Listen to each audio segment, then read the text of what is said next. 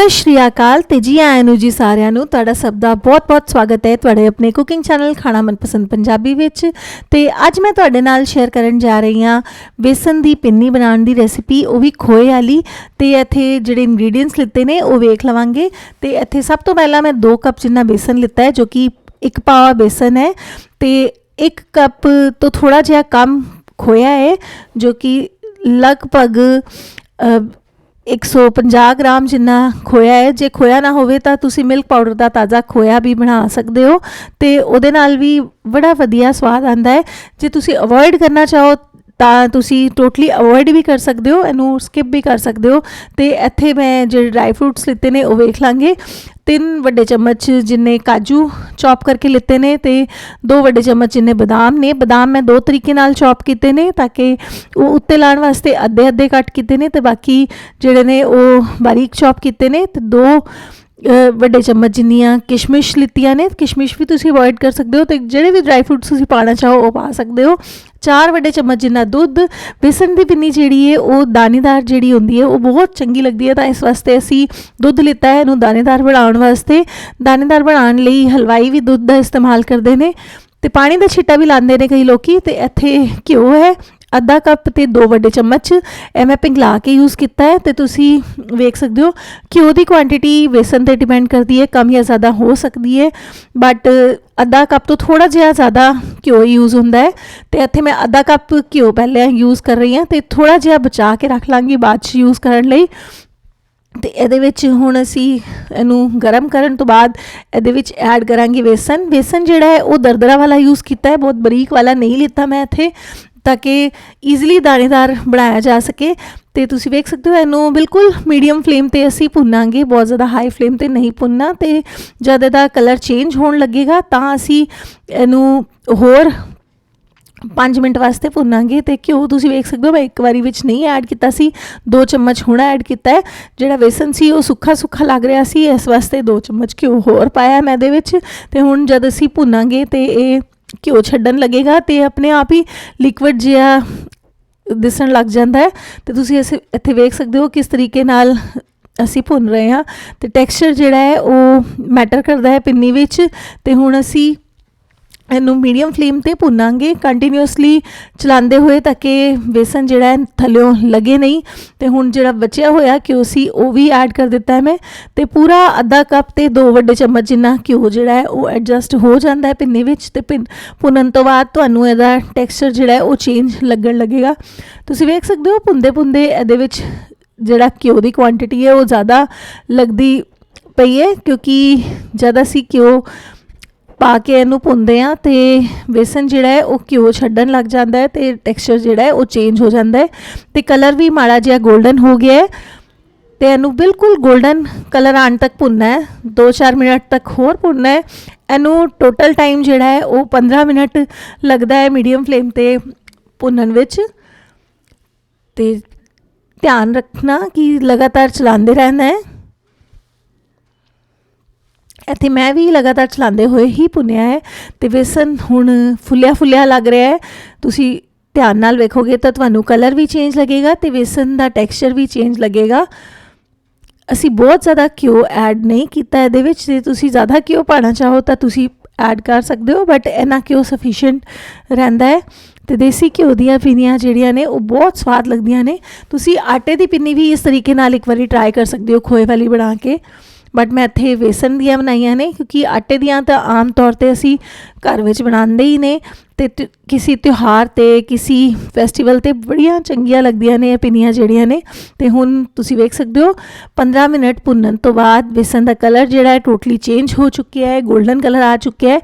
इस तो ज़्यादा नहीं भुनना, नहीं तो बेसन जिहड़ा है वो जला होया स्वाद देण लग जाता है।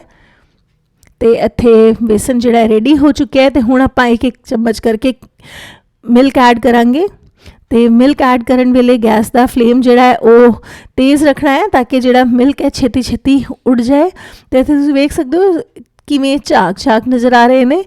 तो इनू लगातार चलाते रहना है जब तक कि ये झाग खत्म ना हो जाए। इस तरीके नाल 4 चम्मच जिहड़ा दुध है वो बिल्कुल सुका देना है बेसन दे विच।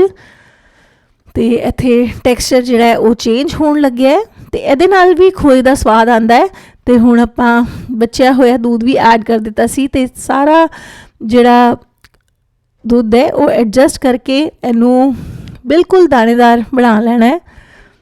ਤੇ ਥੋੜਾ ਥੋੜਾ ਐਡ ਕਰਨਾ, ਇੱਕ ਵਾਰੀ ਵਿੱਚ ਐਡ ਕਰੋਗੇ ਤਾਂ ਹਲਵਾ ਜਿਹਾ ਬਣ ਜਾਏਗਾ, ਬਟ ਥੋੜਾ ਥੋੜਾ ਪਾ ਕੇ ਤੁਸੀਂ ਨਾਲ ਨਾਲ ਸੁਕਾਉਂਦੇ ਰਹੋਗੇ ਤਾਂ ਬਿਲਕੁਲ ਦਾਣੇਦਾਰ ਟੈਕਸਚਰ ਇਹਦਾ ਰੈਡੀ ਹੋ ਜਾਂਦਾ ਹੈ। ਤੇ ਇੱਥੇ ਬੇਸਨ ਜਿਹੜਾ ਹੈ ਉਹ ਰੈਡੀ ਹੋ ਚੁੱਕਿਆ ਹੈ, ਬਿਲਕੁਲ ਡਰਾਈ ਹੋ ਚੁੱਕਿਆ। ਹੁਣ ਅਸੀਂ ਇਸ ਨੂੰ ਪੈਨ ਵਿੱਚ ਨਹੀਂ ਰੱਖਾਂਗੇ, ਨਹੀਂ ਤਾਂ ਇਹ ਥੱਲਿਓਂ ਸੜ ਜਾਏਗਾ। ਤੇ ਹੁਣ ਆਪਾਂ ਇਹਨੂੰ ਇੱਕ ਬਾਉਲ ਵਿੱਚ ਕੱਢ ਕੇ ਮਾੜਾ ਜਿਹਾ ਠੰਡਾ ਕਰ ਲਾਂਗੇ। ਤੇ ਇੱਥੇ ਜਿਹੜਾ ਬੇਸਨ ਹੈ ਉਹ ਮੈਂ ਬਾਉਲ ਵਿੱਚ ਕੱਢ ਲਿੱਤਾ ਹੈ। ਤੇ ਹੁਣ ਜਿਹੜਾ ਖੋਇਆ ਆਪਾਂ ਲਿੱਤਾ ਸੀ ਉਹਨੂੰ ਭੁੰਨਾਂਗੇ। ਇਹਦੇ ਨਾਲ ਪਿੰਨੀ ਜਿਹੜੀ ਹੈ ਉਹ ਲੰਬੇ ਟਾਈਮ ਤੱਕ ਖਰਾਬ ਨਹੀਂ ਹੁੰਦੀ।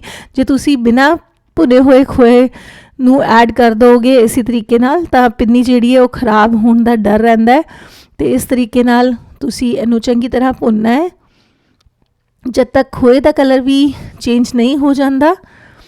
ਖੋਇਆ ਜਿਹੜਾ ਹੈ ਕਾਫੀ ਛੇਤੀ ਭੁੰਨ ਜਾਂਦਾ ਹੈ, 3-4 ਮਿੰਟ ਵਿੱਚ ਖੋਇਆ ਜਿਹੜਾ ਹੈ ਘਿਓ ਛੱਡਣ ਲੱਗ ਜਾਂਦਾ ਹੈ ਤੇ ਭੁੰਨ ਕੇ ਰੈਡੀ ਹੋ ਜਾਂਦਾ ਹੈ। ਤੇ ਤੁਸੀਂ ਇੱਕ ਵਾਰੀ ਇਹ ਪਿੰਨੀਆਂ ਬਣਾ ਕੇ ਜ਼ਰੂਰ ਵੇਖਣਾ, ਤੁਹਾਨੂੰ ਬਹੁਤ ਪਸੰਦ ਆਉਣਗੀਆਂ।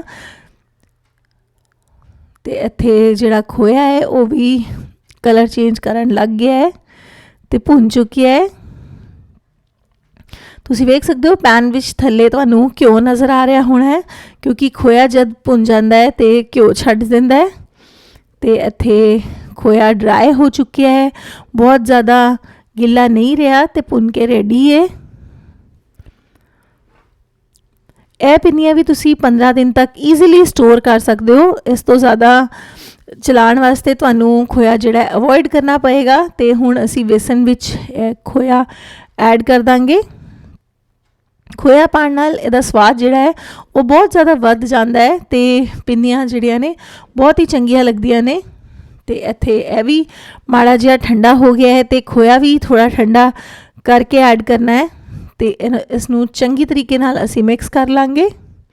ਇੱਕ ਚੀਜ਼ ਦਾ ਧਿਆਨ ਰੱਖਣਾ ਕਿ ਜਦ ਇਹ ਠੰਡਾ ਹੋ ਜਾਏ ਤਾਂ ਹੀ ਤੁਸੀਂ ਇਹਦੇ ਵਿੱਚ ਜਿਹੜਾ ਸ਼ੂਗਰ ਪਾਊਡਰ ਜਾਂ ਫਿਰ ਦੇਸੀ ਖੰਡ ਹੈ ਉਹ ਐਡ ਕਰਨੀ ਹੈ। ਤੇ ਇੱਥੇ ਮੈਂ 3-4 ਇਲਾਚੀਆਂ ਕੁੱਟ ਕੇ ਰੱਖੀਆਂ ਸਨ, ਉਹ ਵੀ ਐਡ ਕਰ ਦੇਣਗੇ। ਤੇ ਡਰਾਈ ਫਰੂਟਸ ਜਿਹੜੇ ਨੇ ਉਹ ਵੀ ਪਾ ਦੇਵਾਂਗੇ, ਕਿਸ਼ਮਿਸ਼, ਬਦਾਮ, ਕਾਜੂ, ਪਿਸਤਾ, ਜਿਹੜੇ ਵੀ ਡਰਾਈ ਫਰੂਟ ਤੁਸੀਂ ਐਡ ਕਰਨਾ ਚਾਹੋ ਐਡ ਕਰ ਸਕਦੇ ਹੋ। 1 ਕੱਪ ਜਿੰਨੀ ਦੇਸੀ ਖੰਡ ਲਿੱਤੀ ਹੈ ਮੈਂ। ਜੇ ਦੇਸੀ ਖੰਡ ਨਾ ਹੋਵੇ ਤਾਂ ਤੁਸੀਂ ਬੂਰਾ ਐਡ ਕਰ ਸਕਦੇ ਹੋ, ਪਿਸੀ ਹੋਈ ਚੀਨੀ ਦਾ ਇਸਤੇਮਾਲ ਕਰ ਸਕਦੇ ਹੋ। ਤੇ ਉਹ ਵੀ ਨਾ ਹੋਵੇ ਤਾਂ ਤੁਸੀਂ ਮਿਸ਼ਰੀ ਨੂੰ, ਧਾਗੇ ਵਾਲੀ ਜਿਹੜੀ ਮਿਸ਼ਰੀ ਹੈ ਉਹ ਵੀ ਬੜੀ ਚੰਗੀ ਲੱਗਦੀ ਹੈ ਇਹਦੇ ਵਿੱਚ।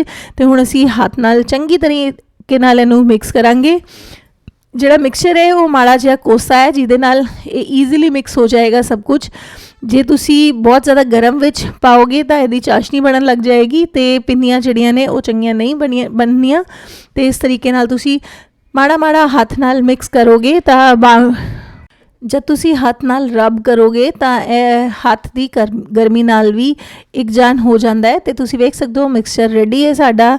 ਤੇ ਇਹਦੇ ਵਿੱਚ ਜਿਹੜਾ ਮਿੱਠਾ ਸੀ ਮੈਨੂੰ ਥੋੜ੍ਹਾ ਜਿਹਾ ਕਮ ਲੱਗ ਰਿਹਾ ਸੀ ਤਾਂ ਮੈਂ ਇਹਦੇ ਵਿੱਚ ਥੋੜ੍ਹਾ ਜਿਹਾ 3-4 ਚਮਚ ਜਿੰਨਾ ਮਿੱਠਾ ਹੋਰ ਐਡ ਕੀਤਾ ਹੈ। ਤੁਸੀਂ ਆਪਣੇ ਟੇਸਟ ਦੇ ਅਕੋਰਡਿੰਗਲੀ ਮਿੱਠਾ ਜਿਹੜਾ ਹੈ ਉਹ ਕਮ ਜਾਂ ਜ਼ਿਆਦਾ ਕਰ ਸਕਦੇ ਹੋ। ਤੇ ਇੱਥੇ ਮੈਂ ਪਿੰਨੀਆਂ ਜਿਹੜੀਆਂ ਨੇ ਉਹ ਬਾਈਂਡ ਕਰਕੇ ਵੇਖਾਂਗੀ ਤੇ ਤੁਸੀਂ ਵੇਖ ਸਕਦੇ ਹੋ ਇਹ ਬਾਈਂਡ ਹੋ ਰਹੀਆਂ ਨੇ ਈਜ਼ੀਲੀ ਤੇ ਕੁਝ ਹੋਰ ਐਡ ਕਰਨ ਦੀ ਲੋੜ ਨਹੀਂ ਹੈ। ਤੇ ਹੁਣ ਅਸੀਂ ਪਿੰਨੀਆਂ ਬਣਾਵਾਂਗੇ। ਪਿੰਨੀ ਦੀ ਸ਼ੇਪ ਤੁਸੀਂ ਵੇਖ ਸਕਦੇ ਹੋ ਮੈਂ ਕਿਸ ਤਰੀਕੇ ਨਾਲ ਦਿੱਤੀ ਹੈ ਤੇ ਇਸ ਤਰੀਕੇ ਨਾਲ ਹੱਥ ਵਿੱਚ ਇਕੱਠਾ ਕਰਕੇ ਇਹਨੂੰ ਪਿੰਨੀਆਂ ਦੀ ਸ਼ੇਪ ਦੇਵਾਂਗੇ, ਉਹ ਵੀ ਦੂਜੇ ਹੱਥ ਦੀ ਉਂਗਲੀਆਂ ਨਾਲ। ਤੇ ਇੱਥੇ ਮੈਂ ਇੱਕ ਹੱਥ ਤੇ ਰੱਖਾਂਗੀ ਤੇ ਇਸ ਤਰੀਕੇ ਨਾਲ ਪ੍ਰੈਸ ਕਰਾਂਗੀ ਤੇ ਉਂਗਲੀਆਂ ਦੇ ਜਿਹੜੇ ਨਿਸ਼ਾਨ ਨੇ ਉਹ ਆ ਜਾਂਦੇ ਨੇ। ਤੇ ਇੱਥੇ ਇਸ ਤਰੀਕੇ ਨਾਲ ਪਿੰਨੀ ਦੀ ਸ਼ੇਪ ਦੇਵਾਂਗੀ। ਤੁਸੀਂ ਲੱਡੂ ਦੀ ਸ਼ੇਪ ਦੇ ਸਕਦੇ ਹੋ, ਨਾਰਮਲ ਪਿੰਨੀ ਦੀ ਸ਼ੇਪ ਦੇ ਸਕਦੇ ਹੋ, ਇਹ ਤੁਹਾਡੇ ਉੱਤੇ ਡਿਪੈਂਡ ਕਰਦਾ ਹੈ।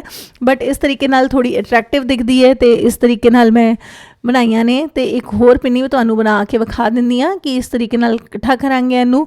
ਜਦ ਜਿਵੇਂ ਜਿਵੇਂ ਠੰਡਾ ਹੋਏਗਾ ਇਹ ਈਜ਼ੀਲੀ ਮਤਲਬ ਸ਼ੇਪ ਵਿੱਚ ਰਹੇਗਾ ਤੇ ਤੁਸੀਂ ਆਪਣੇ ਤਰੀਕੇ ਨਾਲ ਜਿਹੜੀ ਵੀ ਸ਼ੇਪ ਤੁਹਾਨੂੰ ਪਸੰਦ ਹੋਏ ਤੁਸੀਂ ਦੇ ਸਕਦੇ ਹੋ।